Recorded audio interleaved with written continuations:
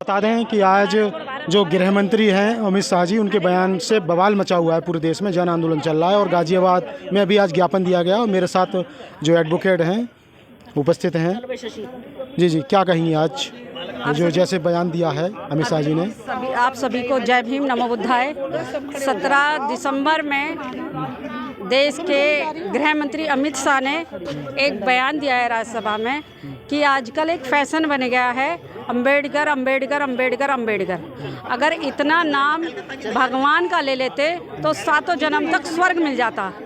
तो हम देश के गृह मंत्री उफ तड़ी पार से कहना चाहते हैं कि हम देश के जो नागरिक हैं, भारत के जो नागरिक हैं, भारत की जो महिलाएं हैं, जिन्हें हक अधिकार आपके 33 करोड़ देवी देवताओं ने नहीं दिया, बाबा साहब डॉक्टर भीमराव अंबेडकर जी ने हमें शिक्षा और अधिकारों को दे के संविधान में हमें जीते जी स्वर्ग दे दिया। तो हम कहना चाहते हैं देश के गृह मंत्री से, अमित शाह जी से, कि आप जो है स्वर्ग के ज़्यादा लालची हो रहे हैं तो भारत छोड़ दो। हमारा देश तो खुद ही एक स्वर्ग समान है, ये बुद्ध की धरती है। वो स्वर्ग में जाएंगे, आप स्वर्ग में जाने नहीं चाहते? जैसे आपको भगवान, उन्होंने यही तो कहा भगवान का नाम लेना चाहिए तो स्वर्ग में जाना चाहिए, तो जाने नहीं चाहते?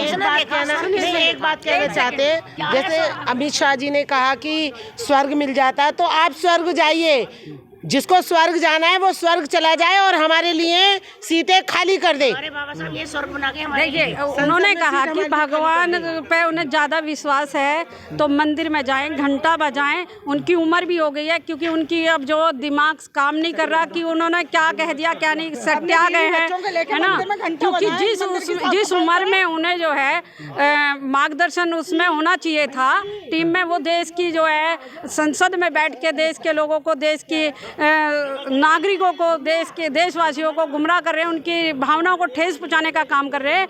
ऐसी स्थिति में अमित शाह जी को स्वर्ग जाने के लिए या तो जहर खा लेना चाहिए।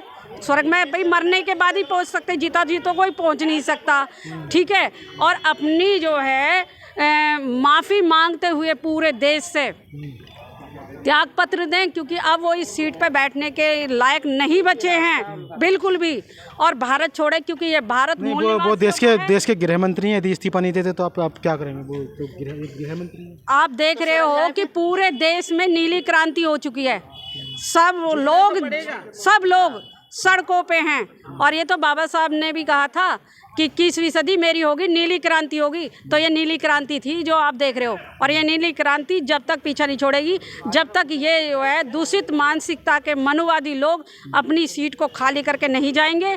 देश हमारा है, हम देश के जो है मूल निवासी हैं। नीली क्रांति कैसे लाओगे? नीली क्रांति कैसे लाओगे? सत्ता तो उनके हाथों में है। उनके हाथ में एक ईवीएम वाला जो है चुनाव आयोग तोता बैठा हुआ है। उस तोते को जिस दिन आज़ाद कर दिया जाएगा, राजा की मौत अपने आप हो जाएगी। बैलेट पेपर से चुनाव कराएं, पता चलेगा कि वो कहाँ और किस स्थिति में है। तो मैं कहना चाहूँगी कि अगर थोड़ी सी भी सभ्यता देश के गृह मंत्री में है, शर्म बाकी है, तो तुरंत त्याग पत्र दें। और ज़्यादातर तो मैं देश की महामहिम राष्ट्रपति जी को कहना चाहूँगी कि जब इनका मनु स्मृति जब लागू थी, आपने उसमें कौरव पांडव के ज़माने में भी देखा होगा कि जो है द्रौपदी का चीरहरण हुआ था। भारत के संविधान ने द्रौपदी मुर्मू जी को देश का राष्ट्रपति बनाया है ना। उन्हें जरा सी भी अगर वो हो ठेस पहुंची हो, आदिवासी महिला एक जिसे जीने का अधिकार नहीं था, शिक्षा का अधिकार नहीं था, बच्चे पैदा करने की एकमात्र मशीन जिसे समझ लिया, आज उस देश की जो है सर्वोच्च स्थान पे बैठी है, राष्ट्रपति बने हुए। उन्हें जो है अपनी मानवता देखते हुए अगर जरा सी भी वो बची है शर्म, तो इस्तीफा दें। यदि वो इस्तीफा नहीं देते हैं तो आप लोग क्या करेंगे फिर बाद में? क्या ये नीली क्रांति है, ये जन जन भारत का जो है वो सब जो है सड़कों पे है, और देश के गृह मंत्री जी को माफ़ी मांगनी पड़ेगी, इसके अलावा कोई चीज़ नहीं चाहिए। जी जी, बहुत बहुत धन्यवाद। देखिएगा, देश के जो गृह मंत्री हैं उनको माफ़ी मांगनी पड़ेगी और नीली क्रांति होगी यदि इस्तीफा नहीं देते। ये पूरे देश से आवाज़ उठ रही है। मैं सुबोध कुमार, खबर नेशनल टाइम्स, गाजियाबाद। धन्यवाद।